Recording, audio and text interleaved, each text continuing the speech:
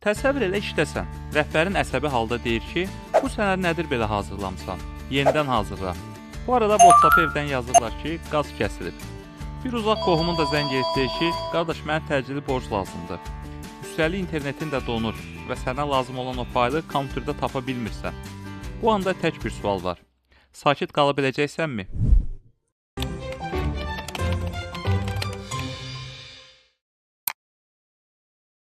Salam əziz izləyici. Bugünkü mövzumuz gərginlikdə necə sakit qalma olar. Əgər sən də bəzən içində tufan qopsa da çöldən sakit görsəməyə çalışırsansa, bu video tam sənlikdir. Gəlin görək bacarığı necə inkişaf etdirmək olar. İlk öncə gəlin bir şeyi düz anlayaq. Gərginlik pis deyil. O sadəcə beynin diqqətini cəmlə, vəziyyət ciddidir demə formasıdır. Problem gərginliyin özü deyil. Problem onun bizə nə etdirməsidir. Və belə vaxtlarda içində iki reaksiya var. Birincisi panikaya düşən, hər kəsə qışqıran versiya.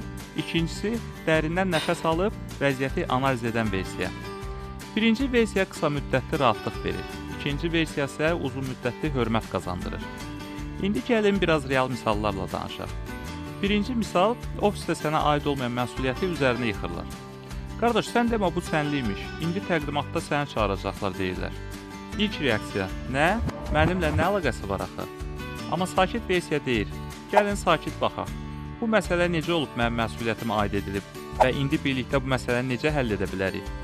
Bu cür sakitlik insanlara bu adamı əsəbləşdirməyə olmur təsiri yaradır və əmin ol, bu rəhbərlərin diqqətini çəkən ilk şeylərdən biridir.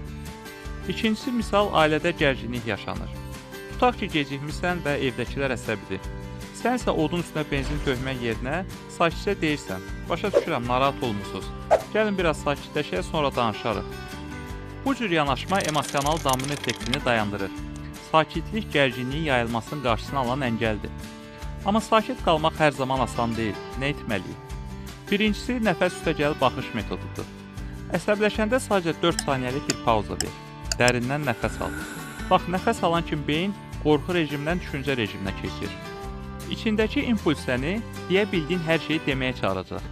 Sənsə hamısını yox, yalnız lazım olanı deməyi seçəcəksən. Bu fərq səni reaktiv insan yox, strateji insan edir. İkincisi, bu mənlik deyil testindən keçir. Əgər sənin reaksiyan tamamilə başqasının stresinə cavabdırsa, özünə sual ver. Bu məsələni indi mən idarə etməliyəm, yoxsa sadəcə öz sakitliyimi qorumalıyam? Çox vaxt sən məsələni yox, reaksiyanı daşıyırsan.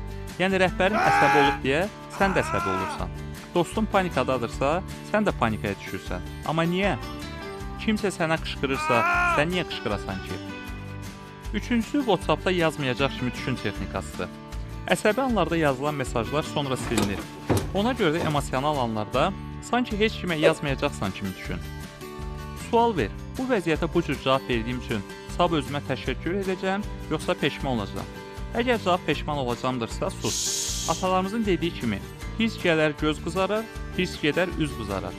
Bir də belə deyim, gərginlik anlarda səni sınağa çəkir. Sakit qalmaqsa sənin gizli super gücündür. Yəni Superman kimi uçmağı bacarmaya bilərsən, amma sakit qalmaqla vəziyyəti xilas edən qəhrəman ola bilərsən. Azərbaycanda çoxumuz belə böyümüşük ki, sakit dayanmaq bəzən zəiflik kimi görünür. Amma iş həyatında, rəhbərlikdə və liderlikdə emosiyanı idarə etmək sənin bacarıqların içində ən qiymətli olandır.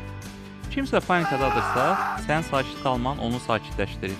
Kimsə qışqırırsa, sənin yumşaq cavabın havanı yumşaldır. Kimsə haqsızdırsa, sənin sakit izahın haqsızlığı ortaya çıxarır. Və sonda, sakitlik içi boş səssizlik deyil, sakitlik gücün səsini azaltmaq formasıdır. Gələn dəfə gərginliklə qarşılaşanda düşün, mən indi səsini yüksəldənlərdənmi olacam, yoxsa sakitliklə vəziyyəti dəyişənlərdən? Seçimini özün et, çünki sakit qalmaq səni geri yox, həmişə bir addım irəli aparar. Əgər sən də belə bir an yaşamısansa və içindəki partlayışa baxmayaraq sakit qalmısansa, şərhlərdə paylaş.